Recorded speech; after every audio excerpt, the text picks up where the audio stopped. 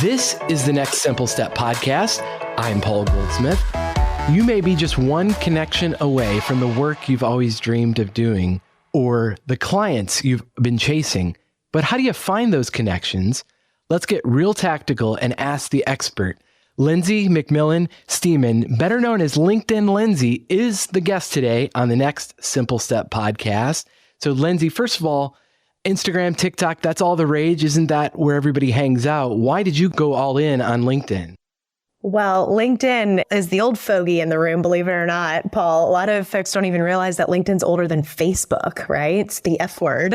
Oh, wow. I know. Yeah. No, I mean, I've been a user. I always say that and then kind of giggle because like it's a drug or something. But I've been on LinkedIn for a long time. I mean, really back when people thought you were only on LinkedIn if you were looking for a job. But I wasn't looking for a job. I was looking for new connections and new relationships as a green and brand new salesperson up in the DC metro area. And it proved to be such a powerful tool to foster new relationships, to establish my credibility. I can only maintain so many relationships in between my two ears. And so I really used LinkedIn even 15 years ago as like my backup database, as my 21st century Rolodex, where it feeds me real-time information of things happening to people who are important to me in my network. And I don't have to remember. All I have to do is take action on it when I get the notification.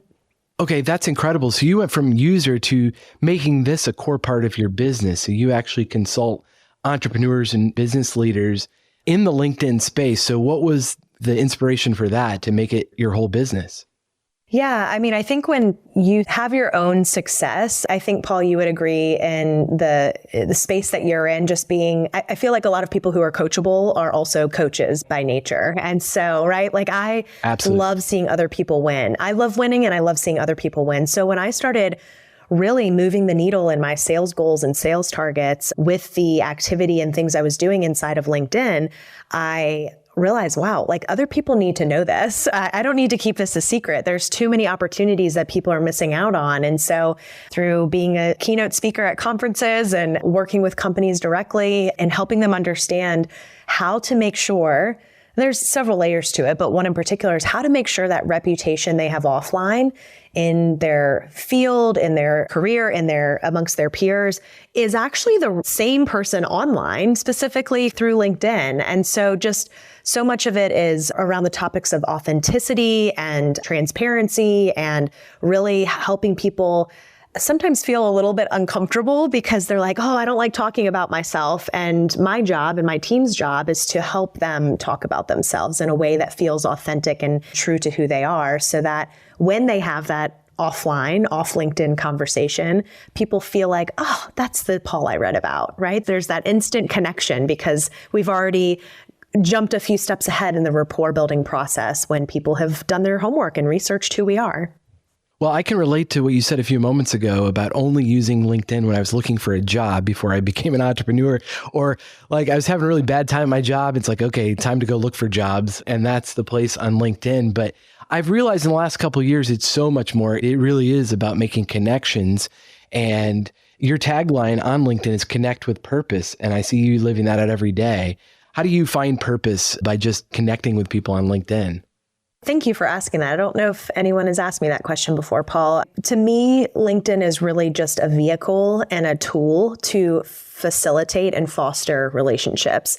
It is not the place where we're staying, meaning that our goal is still to, like I said earlier, get offline, to have the phone call, the Zoom meeting, the in-person coffee, to really build authentic and real, genuine relationships.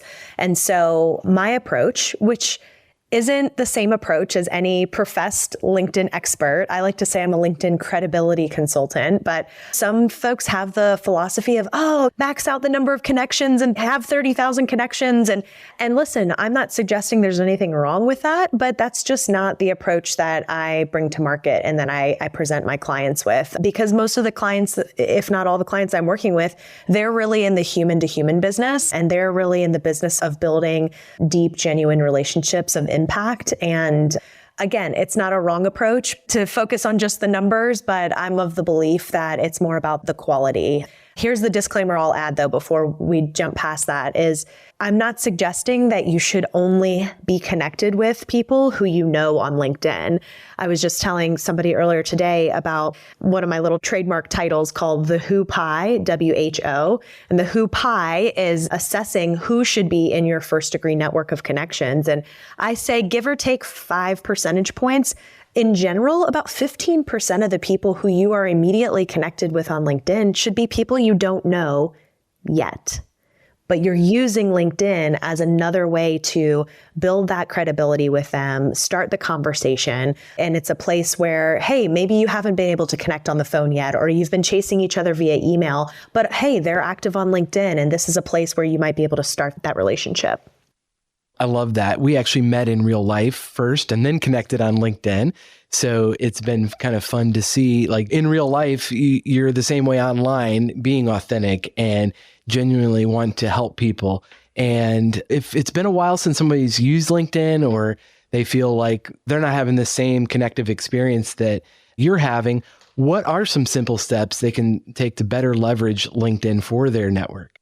It's a great question because I want to debunk the myth that LinkedIn is this unicorn of a platform, meaning it's not dissimilar from any other website on the internet. It can become a black hole and bottomless pit of wasted time if you have no idea why you're logging on and what you're trying to do. So let's just acknowledge that. Really, the next simple step can be as simple as asking yourself this question: what am I trying to accomplish? Or what do I want to accomplish before I get on this platform? Whether it's on my phone, on the mobile app, which almost 60% of LinkedIn members come in through the mobile app, or if it's on the desktop because I've got 10 minutes before my next meeting, what am I actually trying to accomplish? And when we ask that question first before jumping on and getting distracted and going down 20 different rabbit holes and coming up for air an hour later and we're like, where did that time go? Then we can actually start to measure and track that activity. So great example. I have worked with thousands of people over the last decade and have so many amazing success stories. I mean, our team can literally say, Paul, that we've helped our clients generate millions of dollars, which is just like makes my heart swell, because that means impact, right? When we help clients make more money, that means they have the opportunity to impact other people's lives. And so one of my clients, quick story, he asks that question before he goes onto LinkedIn, and he's developed this rhythm and routine of twice a week. Now, he goes into LinkedIn every day, but in particular, he tracked his activity when he went in twice a week. And his goal for that time was to build his network and respond to whether it was invitations he's received or direct messages. And because he is so disciplined with that activity and that time, he knows that he will generate on average 6 to 8 new meetings, of which 3 on average will become new clients every week. Every week. That's incredible. Every week. Why is he not doing this 6 days a week? Right. Well, because there's other stuff that's important, right, into that recipe of being successful and productive on LinkedIn. Like, think about it. If he only went into LinkedIn and did that activity, that's yielding significant results. Let's call it on the low end 6 meetings per week, of which half he's getting new business. Right. If he only did that twice a week, if you think about it, that type of activity of building the network and responding to people is really kind of behind the scenes, right? People don't know anymore. Years and years ago, LinkedIn used to tell us when new people became connected, but then the platform got so big. I mean, at this point, they're approaching 1 billion members globally, which is incredible, but they don't do that anymore. So that's like a private activity if you think about it. And then of course, if we're direct messaging, right, in each other's inboxes, that's private as well. So if that's all that he did, then what is he missing? Well, he's missing the public activity of LinkedIn, positioning himself as a subject matter expert, proving to his network that he's a human, that he cares, not just about his community and the things he's doing, but also what other people are doing on LinkedIn and what they're seeing and contributing to those conversations. And then what he looks like on LinkedIn and how he's positioning himself through his profile. All of those activities that I just rattled off, all of those things are public facing. So that's how the other days of the week, right, how that time should be spent. Absolutely. But it helps him meet new people that then he can engage with. You mentioned direct messaging. okay, I have a love-hate with this. So tell us how to do this right, because I've experienced a lot of people that do it wrong or they're bots, right? And you get these messages where, hey, I came across your profile on LinkedIn and I think we would be a good connection. And it's a bunch of things that I don't care anything about, but they clearly don't know anything about me. And so that's the wrong way to do it. What makes for a successful direct message to connect with somebody? Yeah. So the first is, which you've actually already stated, believe it or not, is actually adding a personalized note. Now, that doesn't guarantee, like you just said, hey, I saw your profile on LinkedIn, Paul, and we should be connected. It's like, but why? Like, I don't know anything about you. That's not enough, right? Yeah. I'm being super selective of who I'm adding to my network. But you do want to personalize that invite is number one. And I can go into several reasons why. But for the sake of time, the biggest thing that I would say is that it's not actually necessarily about what you say or what that person says in the invitation. So Paul, let me ask you this. If someone sent you a message, an invitation, just like that was pretty bland and mediocre, yes, it was quote unquote personalized. By that, I just mean that they've added a note. But what if that person for over the next, let's just say week or two, started engaging with your content on LinkedIn, started actually commenting and trying to, number one, prove that they're a human being, right? And not a robot. And number two, seem to be showing genuine interest in what you have to say. And maybe jumping in on things that you're commenting on with other people's conversations. Would that then build a little bit more credibility in your mind of, this person's name looks and face looks a little familiar. Oh, I've got an invitation that they're waiting for me to respond to. You know what? They seem like a pretty decent person. Maybe I will accept them, or maybe I will, because here's the other tactic. You can actually start a conversation with them before accepting or ignoring their invitation. So that's another tactic. Not everyone's worth that extra step, but I just am curious, knowing that now, if that person showed some level of interest for a period of time through engaging with your activity, would that change your opinion on what the actual message said potentially?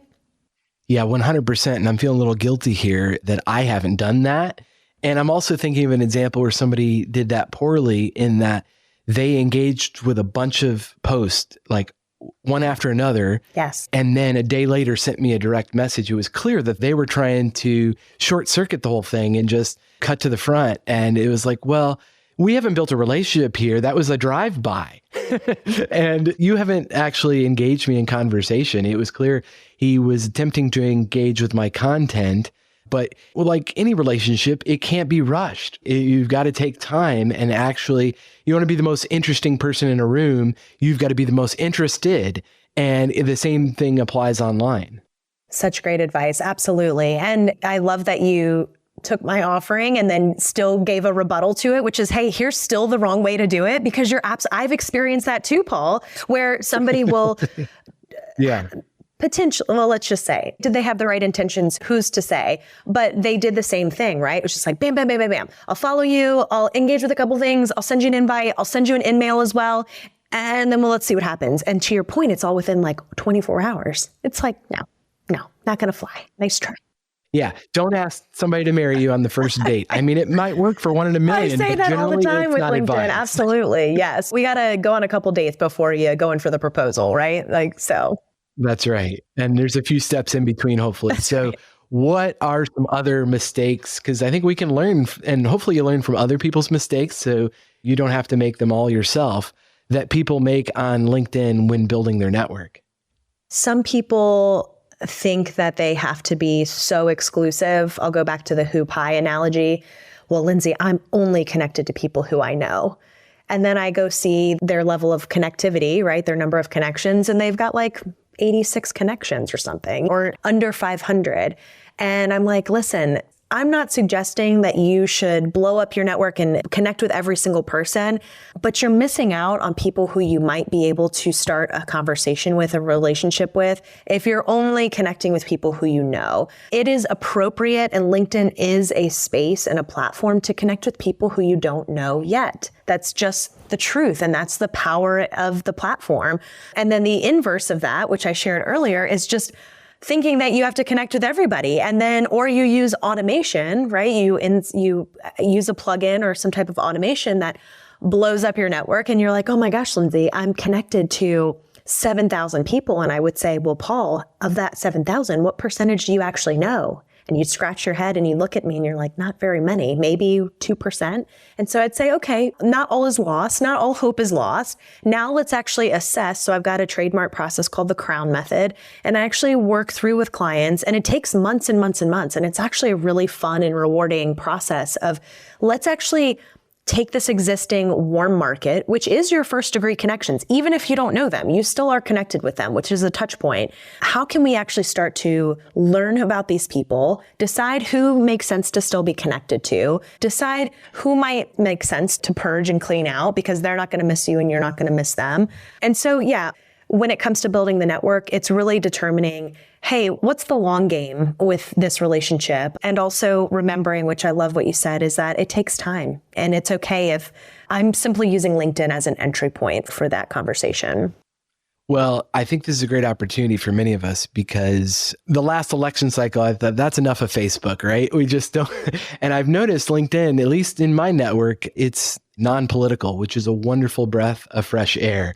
It's there for people to make connections and talk about their professional lives. And there's some personal content as well. So that would be a question. What percentage of the content would you recommend, personal versus just talk business all the time?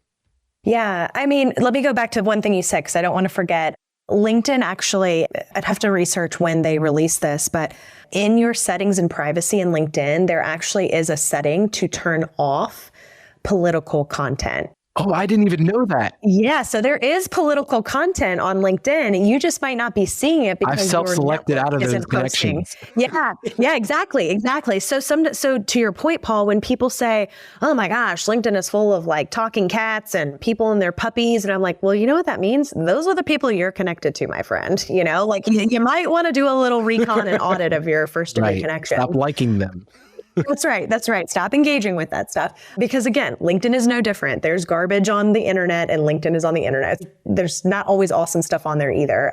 But to go back to your question of personal versus professional, I'm still working on that and figuring that out myself. I don't have necessarily a specific breakdown of percentage wise, but let's just kind of play out a month of content. Okay. So if we say, because I want us to think about the content that we post being a mixture of several things. One, because professional has its own layers and so does personal. So professionally speaking, I do want to talk about my products and services because otherwise people don't know how to hire me or how I can help them. So that's one tier of content.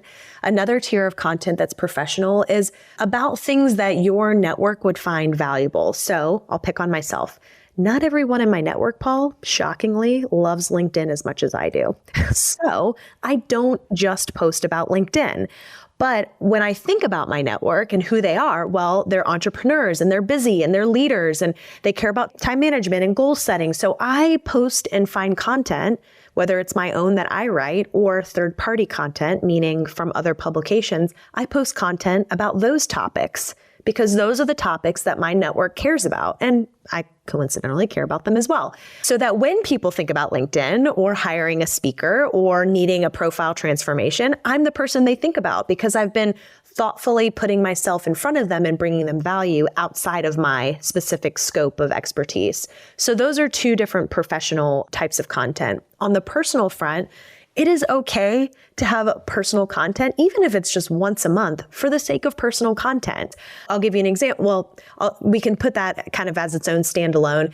The other type of personal content, which if I post anything personal, I tend to only post this, which is still giving it an air or spin of professional. For example, last year I picked up the hobby of fly fishing, which I absolutely love. I love being outside in nature. And my team actually encouraged me to post that on LinkedIn. And I was like, what? No, that's way too personal. It seems like a Facebook or Instagram post.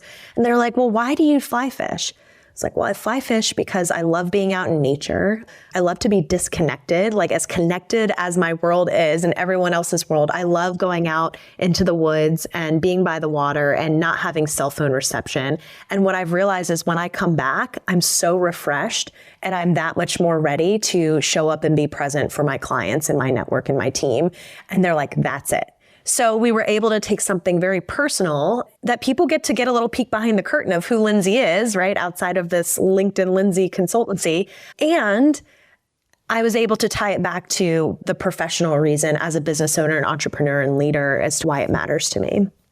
And well, at the end of the day, people buy from people and they like to buy from people they like. And so if they can see you as their friend, as somebody that they'd like to be friends with, that makes them a lot more likely they're going to hire you. So that makes a lot of sense that you do that. And you've mentioned a couple of times as far as you don't just put all your eggs in the LinkedIn basket. You're out there giving keynote speeches and networking. And as I mentioned, we met at Strategic Coach in Chicago a number of years ago. And you've been a part of that program for quite a few years, which meets every quarter in person. What's your reason for being in Coach and what have you gotten from it? Gosh, I love being around. First of all, I love being a small fish in a big pond. I am by far, I would say not as much anymore since I'm aging as well. But when I first joined Coach, I was typically the youngest person in the room. And it was so humbling. And it was also just like, I mean, I'd walk in with big eyes and walk out with bigger eyes. And sometimes a headache because I would learn so much that it was like overwhelming to try to think of implementing all of it. But, I would say 5+ years into it at this point that I love getting the pause away from the business, which is ironic because my whole team is remote and my office, I've got one downtown and one here at home in my home office as well. And yet I still to physically change environments and be in a space where I can shut everything off and my team's got it and really experience a term that you're familiar with, Paul, and anyone else in Strategic Coach is experiencing a self-managing business where I can step away, the company can still run without me, and I can focus on being the visionary and the future, thinking about the future of the company in my own life. So I love that. I love hearing other people's stories and challenges and being able to speak into them from my own perspective as well. It's such a loving and reciprocal environment. So 2 concepts that have really stuck with me over the years. One is the entrepreneurial time system. So the free focus buffer days. I mean, I latched onto that so quickly, and that's really assessing how we spend our time. And there's, as you know, Paul, so many layers to that. And really, what I've learned with the entrepreneurial time system is that my entrepreneurial time system shifts and it evolves and it looks different. And I literally just had that nudge yesterday. And I was like, you know what? There's things on my calendar that just I'm not even seeing anymore. My brain and my eyeballs just totally glaze over them and I'm not honoring them anymore. And it's time for a little entrepreneurial time system shakeup, right? So I've got my team to help hold me accountable. So that's one thing. And the other is the 4 C's formula. Do you remember that one? The 4 C's: commitment, courage, capability, confidence. I do. Well, first on the entrepreneurial time system, I think that's just all about being intentional with your time. A lot of people talk about work-life balance, but I think it's more about work-life integration. And are you designing your life? And what is the optimal time? And so the way that Strategic Coach refers to the entrepreneurial time system is a free day is an entire midnight to midnight day without any work-related activities. And it's so important. And I experienced this on a vacation a couple of years ago. One of my colleagues scheduled a meeting and they wanted me to be at, and it was like one meeting, 1:00 in the afternoon, but all day I'm thinking about that meeting I got to go to. And I'm supposed to be on vacation, even though it was only a 45-minute meeting, 1:00 in the afternoon. What's the big deal? Well, the big deal is I didn't get a day off and it interrupted the whole thing. So I'm a big believer in those free days when you protect that time because that restores your mind and hopefully your body and helps you be a better worker when you get back to work. It gives you fresh inspiration. But on the focus and buffer days as well. So the focus time, the way I understand it, is that's the time spent making the money, the thing you're paid to do. You are focused on those activities, and then buffers everything else, picking up the dry cleaning, ordering supplies, whatever the case may be. The support stuff that has to happen gets done. And I'm wondering, from your perspective, when you say that, every 6 months or so you shake it up, is it that you decide that you need more of a certain type of day, or they've all creeped up on each other and you need to just make sure that you are protecting your time and respecting the label you put on the day? Yeah, it's both and. Sometimes they're creeping up, right? And I'm realizing, oh my gosh, especially many members of my team have been with me long enough where they'll kind of start to see it in my face and hear it in my responses of, it sounds like Lindsey's, some of the nuts and bolts are coming a little loose up there, which, or maybe they're falling off because they're already loose. And it's like, okay, we go back to the calendar and we figure out okay, we're overbooking Paul, here's the deal. At the end of the day, I'm the one breaking the rules. My team, they hold to Kathy on my team. Let me tell you, the puppet master of all calendars, and I love her for it. And it's me who breaks my own rules. And then also realizing just in different seasons, because our personal lives and our work lives overlap so much that sometimes we need a little bit more of something that we haven't needed. Maybe it is that we need more free days because our energy is getting zapped more quickly, or we need a little bit more buffer time because we're building something. So yeah, I think it's both and, that depending on the season and what's happening in your world. Yeah, I would challenge anybody listening, if you are not taking entire days off, start there. And I know that's a act of courage, because I think the reason we don't take days off is fear that we're going to fall behind, that we're not going to keep up and work as much as we can. And we're just addicted to whatever it is we're doing, and we're in the rhythm of that. Maybe you're really good at what you do, and it's fun to do that, but there are multiple sides of your personality. And I look at it with what relationships are languishing as a result of that. Maybe it's a spouse or kids or just really good friends, whatever the case may be. You're a whole person. You aren't just a person that works. And so I think as the LinkedIn expert here, it's refreshing to hear that you have that perspective. It's not just all about your professional network, but you as a person. How are you cultivating all of your relationships, not just the professional ones? Absolutely. Well, and leveraging technology too. You might be a solopreneur right now. At one point we all started solo unless we had a business partner, which in my case, I haven't. And the example I think about if it's time for me to go on vacation, I really try to take off. And I try to shut everything down, but I can leverage technology like scheduling emails through Gmail or scheduling content to go out through LinkedIn. LinkedIn has its own scheduling feature. So there are things that we can do to keep the business moving, even if we are on our own, if there are, in fact, things that need to happen and go out. So, and maybe not. Maybe you just need to decide that you are actually taken off and you're off the grid and off the radar. And you know what? Everyone and everything will be there when you come back. You mentioned also the 4 C's formula. Walk us through how you think about that.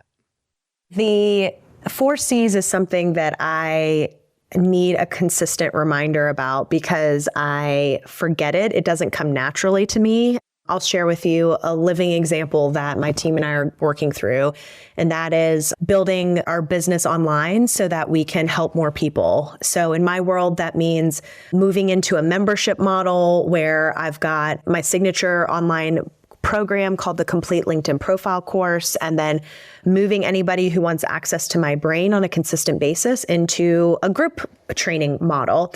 And that might sound very obvious and simple and not complicated, but there are so many steps that go in behind it. So the first thing I had to do was decide, you know what, and Paul, you and I have spoken about this.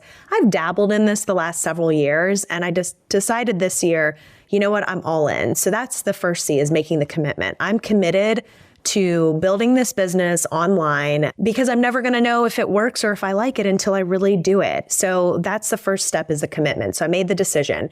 Second step is having courage. So that came in multiple forms for me, which was hiring experts who have experience in this online scaling space that I just don't have expertise in. So investing the money and having the courage to make that investment, and then having the courage to put myself out there and through my free master classes and in formats that I'm just not consistently haven't done up to this point in my business.